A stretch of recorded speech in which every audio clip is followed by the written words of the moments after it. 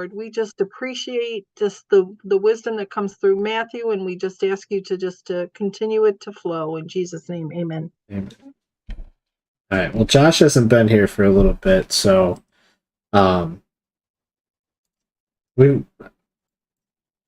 kind of moving at a pretty fast pace right now with Jesus. We left off last week with him feeding the 4,000, right? And so we covered all that, and we decided it's not a doublet. It's not just a retelling of the exact same story of the feeding the 5,000. It was different. We'll see next week why where Jesus actually says that this was a different event. So we have his own words out of it, and we know that this was the feeding of the 5,000 was for the Jews. This was for the Gentiles, and so he's in this Gentile region of Decapolis, and that's where we left off. And so I stopped us reading at verse 9 because this week I wanted to cover 10 through 13, and verse 10 is it's important of going into 11 and 12 and 13. So there's not a ton of verses to really go over, just because the way that this chapter is broken up, I wanted to break this down into these smaller pieces, because the next section that we're going to talk about, not next week because that's Thanksgiving, but the week after is 14 through 21. And the week after, Marie and I aren't going to be here either. Okay, so maybe 2 weeks. Yeah. But so we've got this small little passage here, but there is a lot to it, and I don't think it's probably going to be as long as some of the other ones that we've done, but I think there's a lot that we can actually get off of this, just this small section too, of just Jesus's reaction, and then how the Pharisees were reacting to Jesus at the same time. So I'll go ahead and read these 4 verses, and then we'll start going through it. So verse 10 starts off, and he says, "And immediately he got into the boat with his disciples and went to the district of Dalmanutha.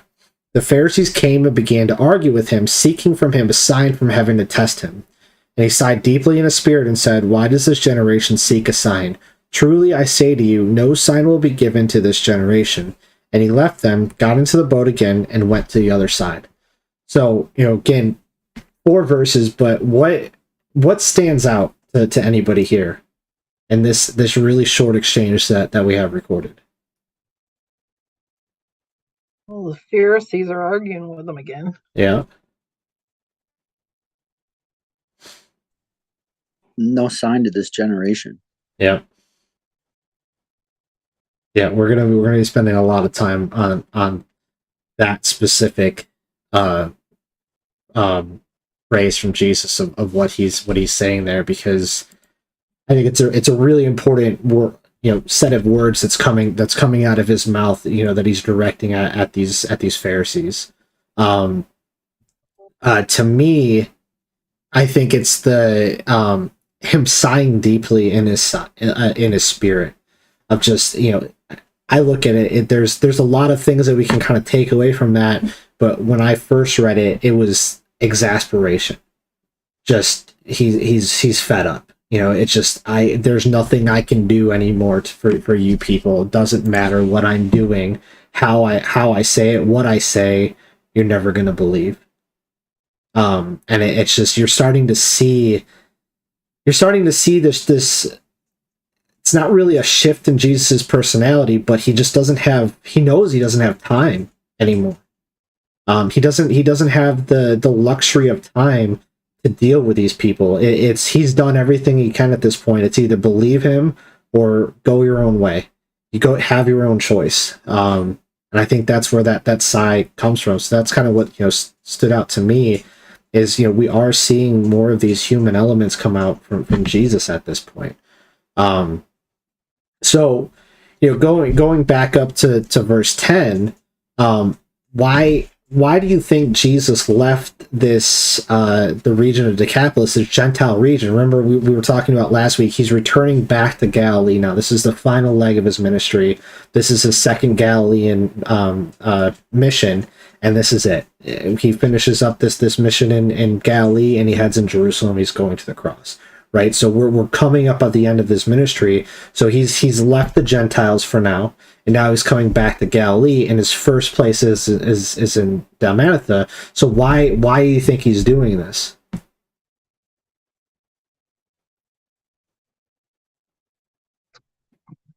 It's kind of a wrap up. Yeah, I think, we have to kind of look at the passage as a whole here too. It's not, it's obviously parts that we haven't read yet, but I look at it as two aspects of it is that he knows he's going to face this opposition here in this region, right? He's going to have this confrontation with the Pharisees, but if we look at verses 14 through 21, skipping ahead a little bit, it's another teaching opportunity for the disciples. And I think that could be the reason why, this is his first, as he's coming back into Galilee for the final time, this is the first thing that he does is face this opposition, faces it on purpose, knowing what's going to happen here. And I think it is this teaching opportunity that he gives the disciples that we'll talk about, when we get to the next passage. So going on to verse 11 then, so we get this phrase here. So the Pharisees came and began to argue with him, right? So what's the significance, do you think, of the Pharisees coming out to argue with Jesus? Like, think about that verse and like what that looks like. Well, it's clear that they've obviously recognized there's something different about him, and now they're going to him and actively, like, they're bringing the fight to him. They're not just arguing with him when he happens to be in their place. They've actively sought him out to tease him, cause trouble. Yeah. Like the image that I get in my head of this is that, Jesus he's on this boat, he leaves Decapolis, he gets on the boat, the Sea of Galilee probably, right? Goes to this region, and as soon as he lands, right, they're out there. The Pharisees and Matthew tells us that the Sadducees are out there too, and instead of greeting him, they're come and began to argue with him, right? They're automatically going and starting accusing of him, seeking this sign from heaven to test him, right? That's what we're told in verse 11. They want to argue and they want to test. That's all they care about, right? He doesn't even get a chance to go and talk to anybody else. It's just immediately as he's like the second he sets his foot off of that boat, he's met by the Pharisees there, arguing with him, fighting with him, accusing him, and testing him. And it's just like you said, Jenny, it's showing that they're being proactive now, right? Where we're taking a passive role on their dealing with Jesus is more of kind of a reactionary. Now this is a proactive thing that we're seeing of attacking his ministry, going ahead of where he could possibly go and trying to shut him down. And again, this will all come into a little bit more clear picture in verses 14 to 21, but this is why we're spending this time here on this one, is because it's important to understand this passage before we get to the next, significance of that. What I do find interesting in this is that nothing else is mentioned about Jesus's actions in this area, right? Outside of this confrontation with the Pharisees. Matthew calls it Magadan or Magdala in his rendition of it. But like I said, it's likely that they immediately confronted Jesus as he landed, and they had already turned the residents against Jesus.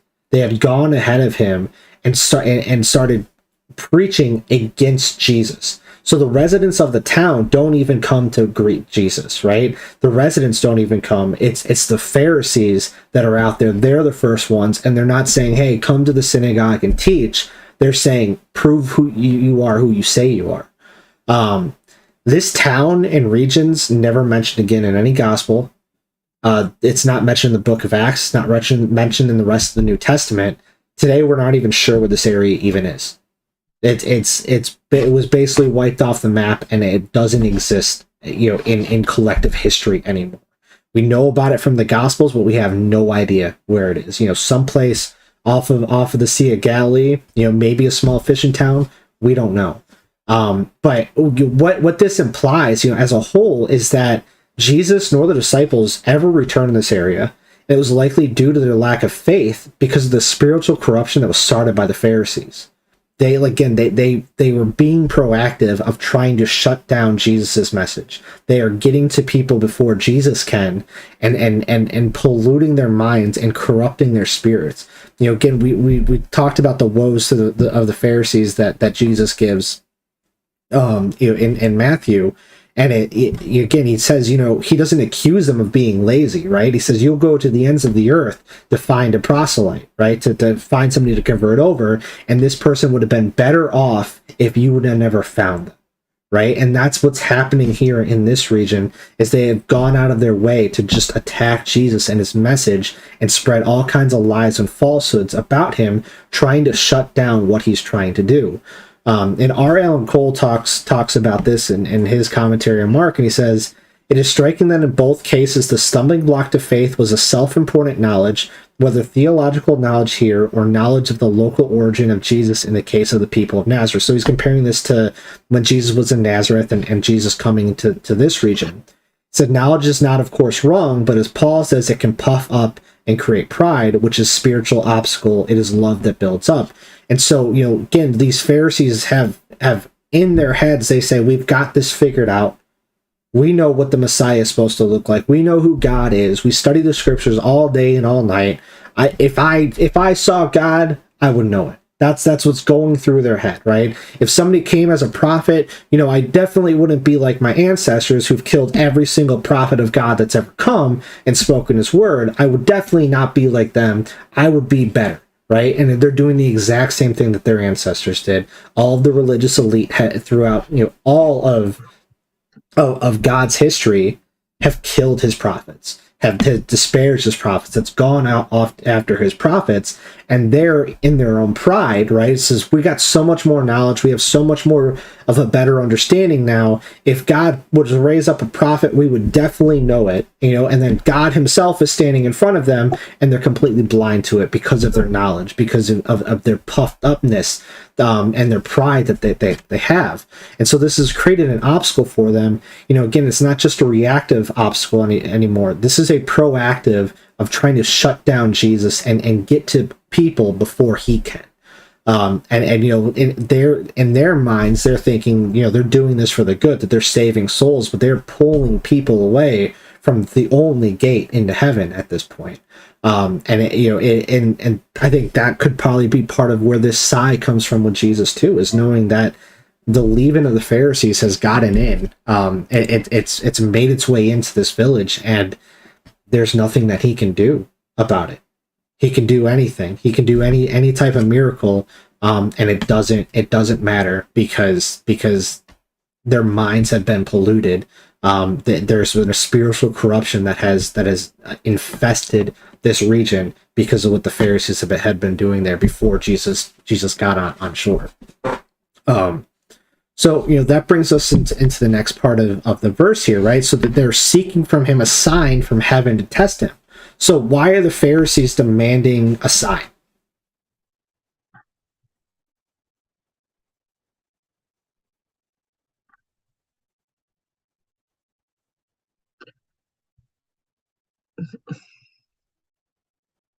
Well, we're told part of it in the verse.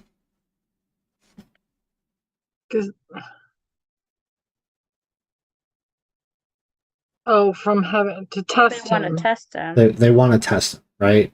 And we've kind of talked about this before, and reading some of the journal articles talking about the accusations of witchcraft and magic that were brought against him. So the Pharisees are looking at everything that Jesus was doing, all of his miracles, they're nothing more than magic tricks that could be done on demand, right?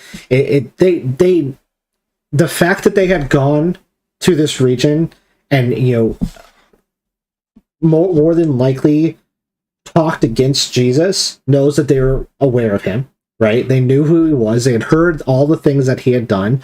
So they're not doing this in ignorance, right? They had heard everything that Jesus had said.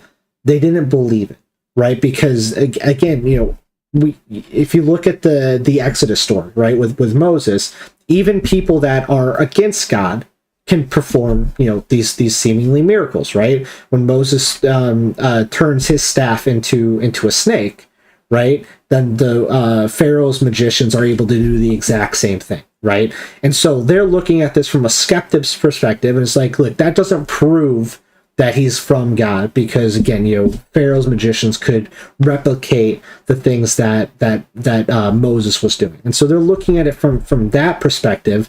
But what they're doing here though is they're making a demand of Jesus it's mocking his abilities, right? They're mocking what Jesus has been able to do, and it's not out of faith, right? It's out of doubt. It's out of saying you can't do this, right? There's a million reasons why they're trying to set this up, and I think I have this from a commentary of like all the potential reasons why they could be trying to set up this test. But at the core of it, it's a lack of faith that Jesus is able to do this from God, right? We've seen the accusations, already, right? He's from Beelzebub, he's not of God. He's possessed by Satan, right? That's why Jesus is able to do all of these things. This is the accusations that are being made against him. And so when he gets off this boat into this region, they're saying, prove it, prove it, do it in front of us, right? Now, looking at this, the regardless of whether or not Jesus did anything here, right? He could have made the sun stand still, like in Joshua, right? He could have frozen time, all the laws of the universe, done anything, crazy, amazing. It wouldn't have mattered. They still would have found fault, and they still would have accused him of something, of anything. It didn't matter. And Eckhart Schnabel talks a little bit about this too. What I think it's important is that the word sign that's used in the Greek here, it's not just another miracle, right? Mark uses a different term for miracle called our word dynamis, which means power, deed of power. But this is an event that confirms the intervention of divine power, authenticating Jesus as a bona fide prophet. So this is what the Pharisees are asking for, is, it's just this definitive proof. Do something that only God could do, right? He's already done this, right? He's already forgiven sins, right? He's already healed. He's already fulfilled, all these prophecies of the Messiah, but they're asking for more. They're saying that's not enough for us. We need more. We need more proof. It's not out of faith. It's out of doubt and accusation. Diane, did you want to say something? I saw you unmuted yourself. Just getting ready, Matt. Okay. So, again, we're looking at this, that they're coming to Jesus not out of curiosity. They're not coming looking to build their faith. It's out of a lack of faith. They have a hardness of their heart. So what's the root? What's the root of their lack of faith? Why are they so incapable of believing in Jesus and all the things that he's done, all the things that they've heard him done, all the things that he said, right? They have all of the Old Testament. They would have memorized all of it. They've been looking their entire lives for the sign of the Messiah. Why don't they have faith? What's keeping them from seeing Jesus as who he is? So you think that's a combination of things, Matt? Like, I can think of maybe they were jealous of him because he commanded so many crowds to follow him and so many people, that he was not somebody who had high esteem anywhere. He was just this man, who was in their eyes lowly. No, and he didn't come from anything. He didn't come from any group like or hadn't been a Pharisee or a Sadducee, he wasn't a Levite. He had nothing, right? There's nothing special about him in the ways that the religious Jews would have looked at, right? He's from yes, he's from the tribe of Judah, but the tribe of Judah hasn't reigned hasn't been a king on that throne in 400, 500, 600 years, however long it is between the last king and where they are. So it's nothing, right? To them, Jesus is a nobody from a small backwards town. And yeah, it's not one single answer of what it is, but I think, I found this in a commentary that it's what the culmination really boils down to is, R. Alan Cole says, it's a difficulty lies in the will. It's not an intellect, right? They have the wisdom, they have the knowledge. There's a will. And this is out of John's gospel in John 7:17. If anyone's will is to do God's will, he will know whether the teaching is from God or whether I am speaking on my authority, right? They're not willing themselves to see him.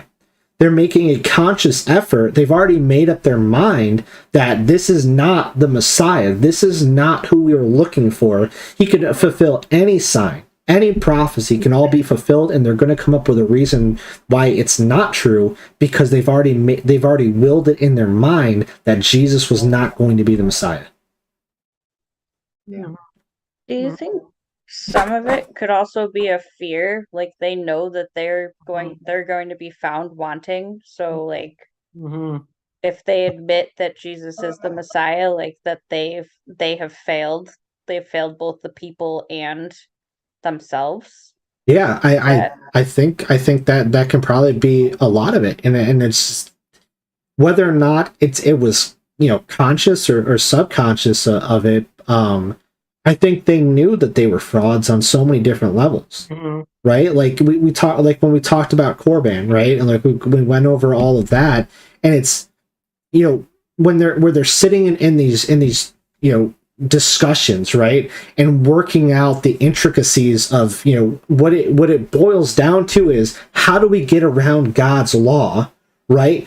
What you're doing, right? There you can't sit there and say, I'm doing this out of ignorance. People are spending hours and hours of study time figuring out for a loophole to get around God's law. They know exactly what they're doing, right? They might not admit it to themselves, but as they're doing the studying, as they're making these decisions and giving this guidance, there's no way that they were sitting there and saying, "Yep, I'm 100% in the right. I'm doing God's will," when they are doing everything they can to not fulfill God's law. They're circumventing it every option they can get just so that they can fulfill their own sins, their own desires, their own conveniences. And so yeah, I think if they were to admit that Jesus was the Messiah, it's the house of cards that they had built up in their own minds of their own righteousness would crumble, and it would be a life-shaking event to admit that. And we know that today, that most people are not willing to do that ever in their lives. And they had set up a culture of fear and them being better than everybody else, and Jesus was crushing all that with his humbleness, his love for people, his compassion for people. That was exactly the opposite of how they acted. Yeah. Because Jesus had authority, right? And we see that people recognize the authority that he had when it came to the word and how he spoke. But how he exercised authority was so different than how the Pharisees were. Right? They would not. The way they exercised authority was an abuse of power. They had this God-given authority, but they abused it every step of the way to get their own wills done, to elevate themselves, not glorify God, but to put themselves up on a pedestal, that people were coming to them, that they could be the gatekeepers of salvation. They could be the gatekeepers of faith, right? If you wanted access in the temple, you don't piss off the Pharisees. Right? You got to stay on their good sides. Even if what they're saying, all kinds of crazy things, it doesn't matter. If you want access to God, which is the temple at that time, you've got to be right with the Pharisees. And so they were relishing in that control that they had. And then Jesus is coming, and if Jesus is who he says he is, right, to them, they're looking at it and saying, well, if he's exercising his authority this way, there's no way I can keep living this life the same way, right? If God himself and the Messiah himself exercises authority as a servant leader, then what right do I have to lord my authority over people, right? They wouldn't have it. It would all completely break down. And that, I think is for some people that have accumulated power and control and riches and honor for themselves, it's a terrifying thought, right? And it's Pastor Fleming actually that told me this, and this was something that I hadn't heard from Jordan Peterson before, but it was really remarkable that Jordan Peterson's a smart guy, but he talks a lot about Christianity, and he knows the Bible, inside and out, probably better than a lot of Christians actually do. He understands the theology, he understands the importance of it, he understands all the intricacies of it, and why Christianity is such a driving important force in the world. And I forget who was asking him the question, but it was an interview, and the guy basically said the exact same thing to Jordan Peterson. It's like, all these things, like you talk so highly about Christianity, yet you're not a Christian. Why? And apparently Jordan Peterson pauses for a second, looks back at the guy, and he's like, if Christianity is right, if the Bible is right, being a Christian means that I have to give myself over completely to Christ. I'm not ready for that. I can't do that. I can't make that commitment. And that, I think, is kind of the same line with the Pharisees, right? If everything that they're reading in the Torah is true, if everything that Christ is saying is true, to give themselves over means surrendering this life that they had built up in their own life, and they weren't willing to do that because they had built up a really good life for themselves. Life was awesome for a Pharisee back then. For a first century Pharisee in Israel, especially in Jerusalem, life is about as good as it can get. They had everything they could want. The fear, the respect, the honor. Everybody looked at them as the righteous leaders. If there was a dispute, even the Romans would come to the Pharisees to handle things, right? They had everything they could going for them, and if Jesus was who he says he was, they would have to admit that all goes away. And we saw how few were willing to do that, right? We know of two, right? That came about on their own, and then one that had to have the miraculous conversion story with Saul, right? So out of all the Pharisees, we're told Joseph of Arimathea and Nicodemus, came on their own.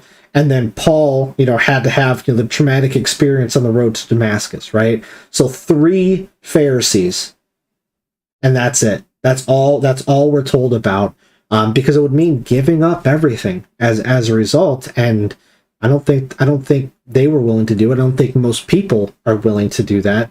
Even today, Jesus, constantly reiterated, count the cost. You would be a fool not to. And that's where Jordan Peterson, he calls himself a Christian now, and he might actually be. He might have made that decision to give himself over to Christ. But he had counted the cost, and at some point in his life, just as Christ said, he said, "Cost is too high. I'm not willing to do it." And so it makes him a fool in one regard, but it's also there's wisdom in that too. He said, I'm not willing to do that at all. I'm willing to face the consequences of that, whatever they may be, but that's a cost too high. That's a bridge too far. I'm not willing to do that. And I think that's exactly what was going on with the Pharisees too. So, this is kind of like a multi-part question, and we've kind of already, gone along the lines of this, but how, / why were the Pharisees testing Jesus?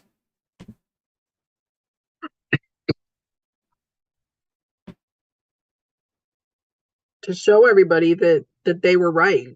But yeah, it's kind of like we've seen before in these confrontations. They're looking to discredit Jesus in any potential followers, even maybe take away some of his disciples, right? Of just show him as a fraud. That's what they're hoping for, is to we told you this guy was a fraud, and to catch him up, some way, right? So that they're confronting and testing Jesus, in order to sow these seeds of doubt. And this is the commentary that I was talking about with Eckhard Schnabel talking about it. And he says the Pharisees demand a sign with the intention to test Jesus, a term that has connotations of examination, temptation, and provocation. Perhaps they intend to provoke Jesus to test God as Israel did in the desert at Massa and Meribah. Unwittingly assuming the role of Satan the tempter, right? They don't know what they're doing at this point. They're playing right into Satan's hands. And they're thinking they're doing God's will, but in reality, they're acting as on behalf of Satan. In this exchange, he says perhaps they intend to tempt Jesus to try to cause to happen a sign greater than any of the spectacular miracles he has done, right? Expecting that he would fail miserably in the attempt, proving that his power is not authenticated by God, right? So again, they're asking him, one up yourself, do something that only God could do, recreate something from the forefathers, right?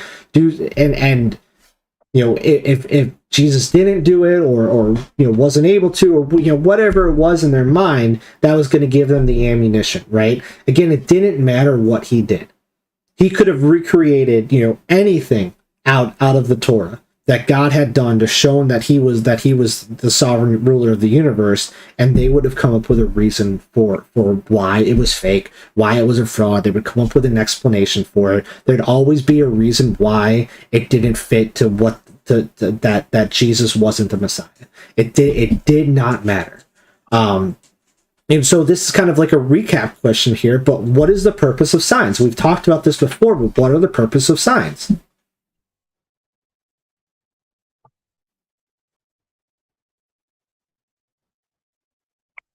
It's out of John.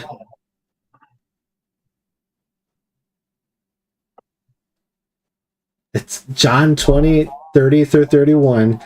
Now Jesus did many other signs in the presence of the disciples, which are not written in this book, but these are written so that you may believe that Jesus the Christ, the Son of God, and that by believing you may have life in his name. Signs are meant to... Jesus was doing signs in order to produce faith. If Jesus, when he did a sign, he did it for the purpose of building faith in someone, right? They had sought him out in faith, and they said, we're not sure. We're not sure if Jesus is who he says he is. A lot of people have come around before saying that they were the Messiah. How do I know? And then Jesus was doing these signs, and that was the faith. That was all people needed to see. People who were willing to see, that's all they needed to see was the signs that Jesus had done. R. Alan Cole talks about this. He says, but even apart from the impossibility of convincing people against their will by mere signs, such an attitude of sign-seeking strikes at the root of the biblical concept of the nature of faith. It might be theoretically possible to base a belief upon signs and wonders, but this sort of belief would not be faith, but only a logical conclusion. Perhaps this is yet another reason why Jesus used his undoubted miraculous power so sparingly and only in response to already existing faith. So like I was talking about, right? Like if they already had faith, if people were already seeking him out in faith, and they just weren't quite sure, Jesus would do these signs to solidify that faith, to build off of existing faith. It was never going to produce faith out of nothing. By contrast to the Christian, believing is seeing. Hebrews 11:1, faith is the assurance of things hoped for, the conviction of things not seen, presses this still further. The eye of faith sees here and now what actually has yet to be realized in the future, and so obtains strength to endure. This was the faith which Peter was soon to express in 8:29 in defiance of all outward appearances, right? And this is that we're going to be talking about that soon, where Jesus asked, he asked the disciples, but who do you say I am? And this is the first time that we see one of the disciples make the declaration that Jesus is Christ, right? Peter answered, you are the Christ, right? And Jesus, goes, kind of gushes, right? He's like, you didn't hear this from man. You didn't figure this out yourself. Your Father in heaven showed this to you. Right. And it was the beginning of what Jesus was doing. Like the Spirit was already starting to move at that point. God was starting to work through his people to make that revelation known that Jesus was the Christ. So now we get to, on to verse 12, and so the sigh deeply in the spirit. So, I kind of already given part of my, interpretation of that, but why do you think Jesus sighed so deeply in the spirit? Because he was done with them. Yeah. I I mean, think also, go ahead. sorry, I think also because he's done signs. I mean, like, besides that he's done with them specifically, like, he's already done plenty. Like, Yeah. he just came from doing one, really. Yeah, I mean, and they've seen all of it, right? They've seen everything that he's done. They've been witness to so much of it. He knows what they're doing, right? Like, he's not fooled by what they're, we see that, right? That in verse 11, right? That it's seeking from him a sign from heaven to test him, right? He understood the trap that they were trying to lay, right? That it had nothing to do with building faith in themselves and saying, to themselves, well, maybe Jesus really is the Messiah. It was all about trying to trap him, all about trying to discredit him. So I think there was a mix of emotions that was deep in the spirit, right? So I think, part of it is the sadness over the hardness of their heart, right? Knowing that they're going to hell. He can do anything. It doesn't matter. They've made their decision. They have closed themselves off from him. They're lost, right? They're lost at that point. He could do anything, and it wasn't going to make a difference. And then I think there's the frustration at their blindness, right? It's just, again, he's done the signs. He's done with them. They don't care. They don't care to care. They're unwilling to see what's right in front of their faces. And then, I think the exasperation over the continued opposition. And we get this in Psalms 95:10. It says, "For 40 years I loathed that generation and said, they are people who go astray in their heart, and they have not known my ways." God loathes those who constantly reject him, especially those who know better. So Jesus is sighing because this generation has gone astray. They don't know God in their hearts. There is a frustration, there's an anger, there's a sadness, there's all this mixture of human emotions that's coming through in the sigh, I think. Because again, it's not just these Pharisees, but there's untold countless people that have just closed themselves off. And they said, it doesn't matter what happens, what God can do in my life, I'm done. And I was reading about Charles Darwin today, and before he wrote the his book, the Evolution of Species, he had already started to abandon God, and it was after his young daughter died, and he couldn't come up with a reason. He couldn't reconcile his faith. How can God be loving when there's all this evil in the world? And so when he saw, the theory, came up with the theory of evolution, the way that was described in this video was that he basically gave people a framework to write out God.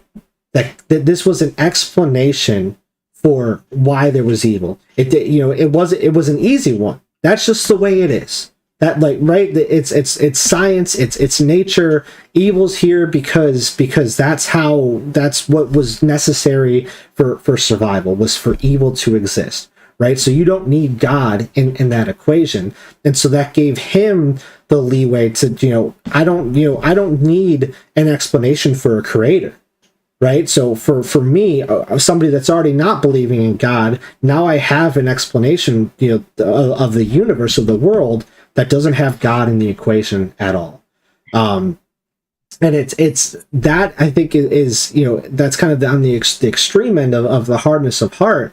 But are the Pharisees doing a lot of the same things? I think so. They've made God in their own image. They've closed their hearts off to the real God, the God that's actually showing themselves, and they're doing everything they can to live the life that they want to, and not surrender to God's will. And so, again, Psalms 95:10, tells us that for 40 years I loathed that generation. This is the words of God, right? I loathe that generation. They are people who go astray in my heart, and they have not known my ways. And we're seeing some of that, come through in Jesus' emotions here of dealing with these Pharisees. So we also have the parallel passage from Matthew 2, and this is Matthew 16:1-4, and I'm going to read all this because it gives us a little bit more insight of a little bit more details on the conversation that Jesus has. And it says, "And the Pharisees and Sadducees came, and to test him, they asked him to show them a sign from heaven. He answered them, 'When it is evening, you say, it will be fair weather, for the sky is red. And in the morning, it will be a stormy today, for the sky is red and threatening.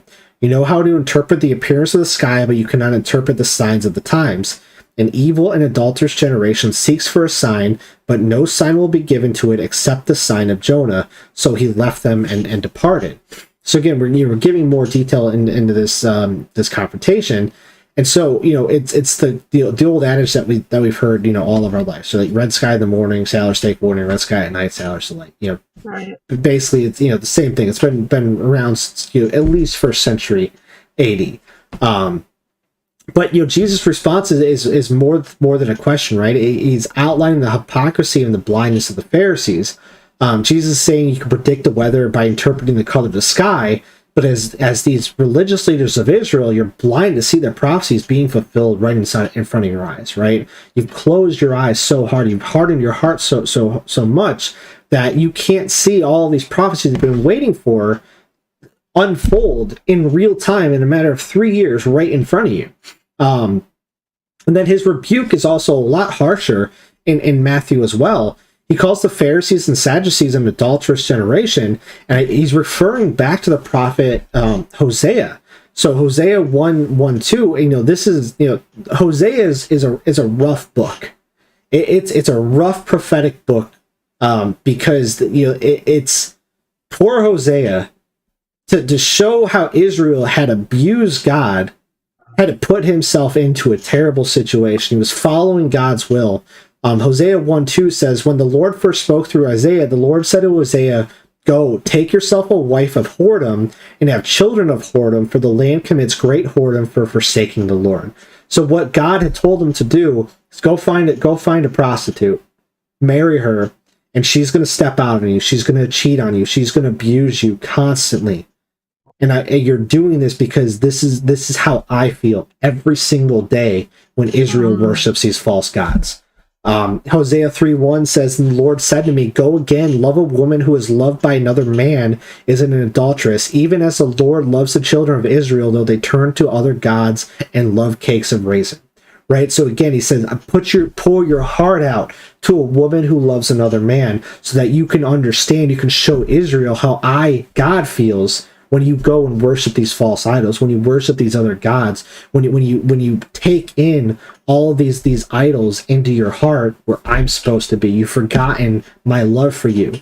And it's the God is expressing himself of how much it hurts him when Israel walks away and turns their back. And so when Jesus calls them this adulterous generation, he's referring back to Hosea.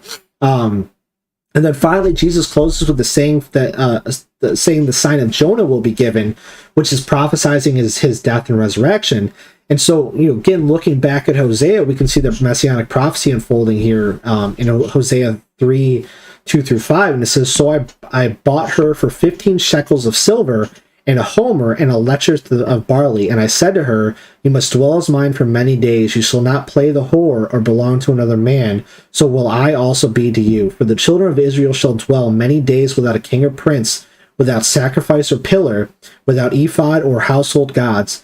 Afterward, the children of Israel shall return and seek the Lord their God and David their king, and they shall come in fear to the Lord and to his goodness in the latter days." Right? So God is saying this again.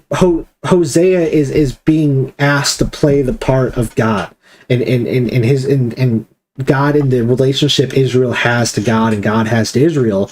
And so in Hosea 3:2, he's told to go redeem his wife. Pay the cost. She's left him. She's with another man at this point. She's given herself completely over to another man. Hosea is told, go to her, pay the price, redeem her, bring her back in the house, purify her. And then after a time, when there's no king, there's no prince, there's no ephod or household gods, after that time, Israel's going to return. And they're the king, David, their king, the Messiah, and they shall come in fear to the Lord and his goodness in the latter days, right? It's we look at Hosea and we're seeing God's story unfold in that prophet's life and what God had asked him to do. And so again, Jesus is that messianic prophecy is unfolding, right? The sign of Jonah, the price is going to be paid for your sins because the wages of sin is death. Christ is going to pay that price for 3 days. There's going to be no king. There's going to be no household gods. But when Jesus returns, they're going to have their king, and Israel's going to seek him out. The redeemed will come to Christ. So it's really interesting seeing this exchange happen here. Especially seeing it from Matthew's side as well. Is that again he's saying this to Jews who would know the Torah, who would know the Old Testament. So they would understand these references a lot more. They would get this when Jesus called them an adulterous generation. He would know exactly what they were taught. The reader would know exactly what Jesus was saying, especially the sign of Jonah. For somebody like Mark, a Roman Gentile or a Roman Jew, they might not be as well versed in the Torah as Matthew's audience was. So that stuff probably would have gone over their head. So. Now we're getting into again Jesus' words here. So what did Jesus mean by this generation? I was going to ask you that question because he's already showed signs. So what is he talking about? He's talking about the religious class, the current living generation of Israel, the people that are in control, the people that are opposing him. It's the people that are there right now in that moment. That's who he's talking about when he's speaking of this generation, all those that are in opposition to him. So why did Jesus ask his question, right? He says, why does this generation seek a sign? So why did he ask that question? Because he was there. Yeah. I think that's a good answer, right? Because it's like, again, what else do you need? What else do you need, right? He knew nothing was going to change their mind. I've shown there's plenty of people, there's Gentiles who know who I am.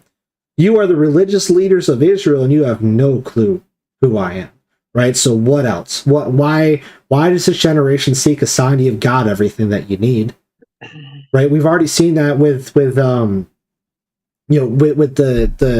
bleeding woman, right, and the demoniac, right? There's been enough of the gospel at this point for salvation.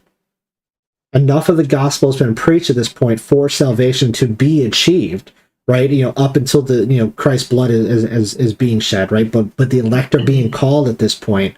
They've got everything they need. There's nothing more that Jesus could do. So why does this sign seek a generation? It doesn't matter what I do. It doesn't matter what I say, how I act. You're never going to accept who I am.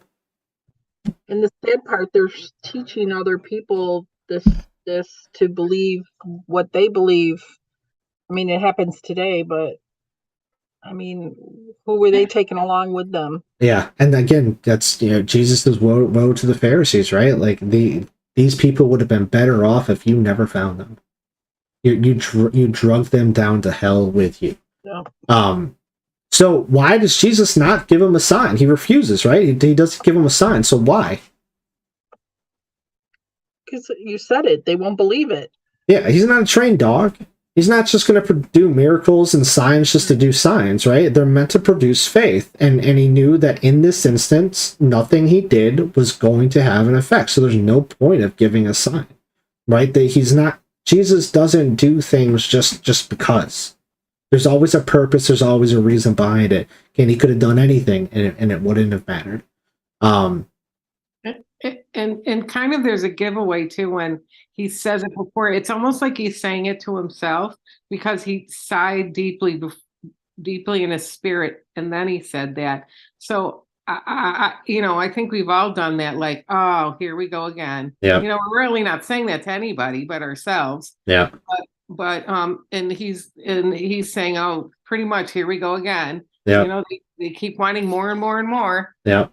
And yeah, he can pour out as much as he wants, as much as he has, right? And it's never enough. So at some point, why bother, right? And I think that's where Jesus is right now. And that goes into the last part of Jesus' words, right? He says, "Truly I say to you, no sign will be given to this generation." Because he's not just referring to this specific interest here, he's referring to the Pharisees' unbelief as a whole. Their hearts are so hardened against him that no sign could be given, right? So it does, again, he's saying, it doesn't matter what I do. It doesn't matter. I'm not even going to bother. I'm not going to try anymore because it's not worth anybody's effort. It's not worth anybody's time. You've made up your mind. There's nothing that I can do. You've closed your hearts off to me. And this is kind of where we're going to get into a little bit of the not really the bulk of it, but kind of where I honed in on is this last verse, and especially the first 4 words here, right? And he left them, got into the boat again, and went to the other side, and he left them. So why did Jesus leave the Pharisees and depart in a boat? Because he knew it wasn't gonna, anything he said wasn't gonna do any good. So he figured I might as well go and do something where I'm wanted. There's no point of staying any longer. The leaving of the Pharisees has already spread to the region. It's the damage has been done there. The ones that still have hope, they're going to seek Jesus out someplace else. They're not going to listen. They're going to go find him. They're going to come deeper into Galilee, wherever Jesus is. But there's no point of staying there. Isaiah 63:10 says, "But they rebelled and grieved his Holy Spirit. Therefore he turned to be their enemy and himself fought against them." In Hosea 7:13, "Woe to them, for they have strayed from me. Destruction for them, for they have rebelled against me. I would redeem them, but they speak lies against me." Right? It's this generation that Jesus is referring to has rejected God, and Jesus is leaving to them to themselves, mired in their own sin, allowing them to be consumed by it. In effect, Jesus is giving them exactly what they want, right? And I've talked about this with C.S. Lewis, right? And how he looks at hell is that nobody is in hell that doesn't want to be there. They made the choice. They made the choice long ago to be there. And in Psalms 95:11, it says, "Therefore I swore in my wrath, they shall not enter my rest." In God's wrath, those who reject him will not enter into his rest. And these people have rejected him. Hosea 4:17 says, "Ephraim is joined to idols, leave him alone." And then Matthew 15:14, we talked about this before, when Jesus is talking about the Pharisees, right? He had this confrontation with the Pharisees, and the disciples kind of pull him to the side afterwards and are like, "Don't you think you were a little rough? Maybe you should tone it down, Jesus," right? And he says, "Let them alone. They are blind guides, and if the blind lead the blind, both will fall into a pit," right? So again, let them alone. He left them. Hosea 4:17, leave him alone. So we've seen this before with Christ. Jesus is abandoning those who willfully rejected him onto themselves. And he's leaving them to their own desires and their own destructions. Paul talks about this a lot in Romans 1. He says, 1:18, "For the wrath of God is revealed from heaven against all ungodliness and unrighteousness of men, who by their unrighteousness suppress the truth." Romans 1:26, the first part of it, "For this reason God gave them up to dishonorable passions." And then Romans 1:28 through 32, "And since they did not see fit to acknowledge God, God gave them up to a debased mind to do what ought not to be done. They were filled with all manner of unrighteousness, evil, covetousness, malice. They are full of envy, murder, strife, deceit, maliciousness. They are gossips, slanderers, haters of God, insolent, haughty, boastful, inventors of evil, disobedient to parents, foolish, faithless, heartless, ruthless. Though they know God's righteous decree that those who practice such things deserve to die, they not only do them, but give approval to those who practice them. Right? And this is what Jesus is doing. He says, you've made your decision. You don't want me. You don't want my grace. Fine. I'll leave. I'll give you exactly what you want. And Paul says, right? And since they did not see fit to acknowledge God, God gave them up to a debased mind to do what ought not to be done. Proverbs 131 speaks of eating a fruit of your own working, where he says, therefore they shall eat the fruit of their way and have their fill of their own devices. Right? That what they have sowed, or they'll have to reap. What they've wanted, they're getting right now. Christ is turning his back on them because they're done. They don't want anything to do with him. He's giving it. He's allowing them exactly what they want. Psalms 81:11-16 says, but my people did not listen to my voice. Israel would not submit to me. So I gave them over to their stubborn hearts to follow their own counsels. Oh, that my people would listen to me, that Israel would walk in my ways. I would soon subdue their enemies and turn my hand against their foes. Those who hate the Lord would cringe toward him, and their fate would last forever. But he would feed you with the finest of wheat, with honey from the rock I would satisfy you. And what we're seeing here in a lot of these Psalms and Hosea is that God is saying, I gave you a choice, and if you would just come to me, I would destroy your enemies. I would give you the choicest wine. You would always be protected, but you don't want it. And so I'm not going to force it. This is what you want? Okay, I'm giving you exactly what you want. It kills me to do it, but I am not going to force you. This is what you want? All right.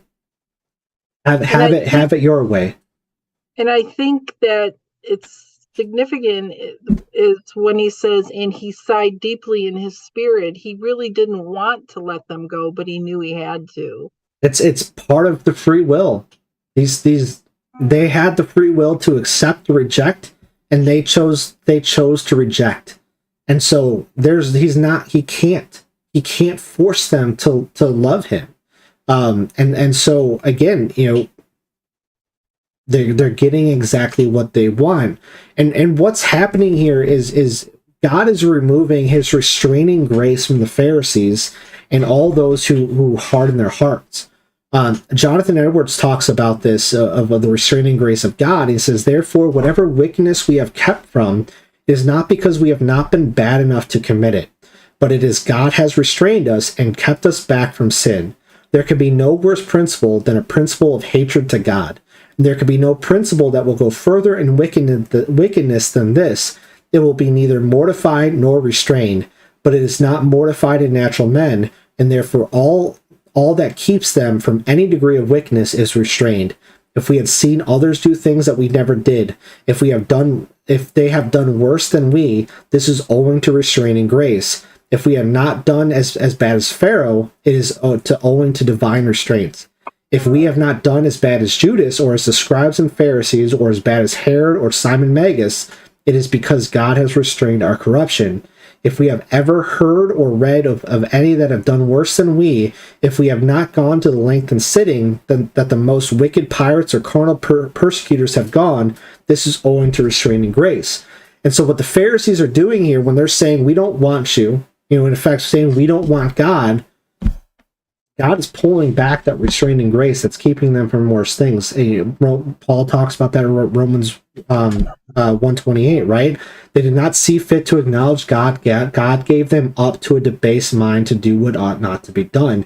God pulls back his restraining grace when you reject him.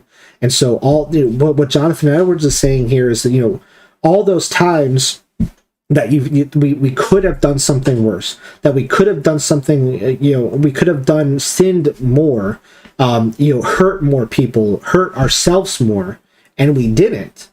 It's not because we were incapable of it. It's because God's hand was on us. His restraining grace was on us and said, that's it. It's as far as I'm letting you go right now. I'm going to put something in here. I'm going to engineer something to stop you from going any further, so you don't hurt anybody else, you don't hurt yourself more, you don't sin any further. Paul's talking about that in Romans 1:28. What Jesus is doing here when he's leaving them is he's giving them up. He's taking that restraining grace off of them. He's saying, go to your sin, to your heart's desire, because that's what you want. That's what you get. You don't want me. I can't do anything for you anymore. I can't save you because you don't want to be saved. And it's, that's kind of the closing, the thoughts on this whole thing is that I think that final verse, those last 4 words, and he left them. Sobering. Jesus left them. They rejected him, and Christ, knowing that nothing he did could ever bring them back, left them to their own devices. He removed his restraining grace and turned them over to their own desires. They're now destined to be children of wrath, and we're walking down the wide path of destruction with their own sins slowly but surely overtaking them. Christ is going to extend that offer to everybody, right? But he's never going to force us to accept it. It's possible for us to slam that door shut on him, and if we do, Christ is going to force his way in. He'll be there if we ever open up that door again, but when we slam that door, he's not going to kick it down. That's not how it works. It's not how love works. That's not how free will works. We have to open that up and let him in. So there's a warning here that we can take away from all this in our own walk of shutting Christ out or slowly drifting away, because at the end, Christ is going to respect our wishes. His grace is freely given, but it must also be freely accepted. So we got to struggle every day to not be like the Pharisees, demanding more of Christ, demanding signs and miracles that he is there and he is who he says he is. As the commentary we talked about above said, faith is an act of will, and we must continuously will it for us in ourselves to exist inside of us. When God doesn't give us what we want, how do we react? Do we shut him out? Do we demand signs and miracles and wonders from him to prove that he cares? Do we try to treat him like a trained dog and say, God, do this. If you really love me, give me this. Do this for me. If we do that, we're going to be disappointed. We're going to be just like those Pharisees standing at the beach watching Jesus walk away. Because that's not how he operates. He's not a trained monkey for us to just demand things of. Because that's not faith. Because it's not trust. In that disappointment that so many people have experienced because of this wrong view of God, how many people have shut that door on God? How many people have slammed that door because they had this wrong view of who God was and how God was going to act and how God was going to show his love? And when he didn't act in the way that they had expected, the way that they had wanted, they said, God's not real, or my view of God is wrong. God's can't be loving, and they just shut that door and drift away. Have we ever done the same? Have we ever thought about doing the same? So let's walk away from this passage, this sobering passage, and he left them with those questions in mind and evaluate our own relationship with God. Are we drifting away and slowly closing that door so we continue to embrace our own sins and live in our own sinful desires? Or are we pressing into God, allowing him to purify our souls with his righteous fire? And I think that's what we have to focus on here, in this passage is, are we acting like Pharisees? Are we demanding so much out of God? Are we trying to make God into our own image? And when he doesn't react the way that we want, do we slam that door, or we say, maybe I don't got it all figured out. I still need time. I still need purification. Let God purify me with that fire. Or I just say, I don't care. I want to live in my sin. And, for a lot of people, especially, the deconstruction movement that's happening in Christianity right now, I think the answer for a lot of people is, I just want to live in my sin. That's all I want. And God will give you that wish. If that's what you want, he will give you that wish. He will turn you over to a debased mind. And it just gets worse. And we see that in that passage of Romans 1:28 through 32, of just all the fruits of just an unrestrained sin. When God removes that restraining grace, how bad it can get, how mired in sin we can get. And again, God doesn't want that. It's not his will for it. But if that's what we want and we shut him out, that's what happens. He gives us over to exactly what we want, as dangerous and destructive as it is. We learned from authorities that they were reportedly. So that's all I got. That's from the night. I don't know. I thought it was you, Mom.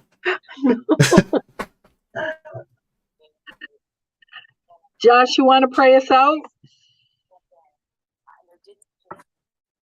Father God, thank you for this time that we had together.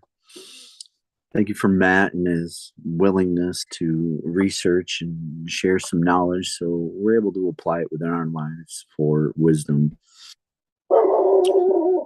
Lord, bless our lives. Give us peace as we sleep tonight in Jesus' name. Amen. Amen. All right. Love y'all. All right.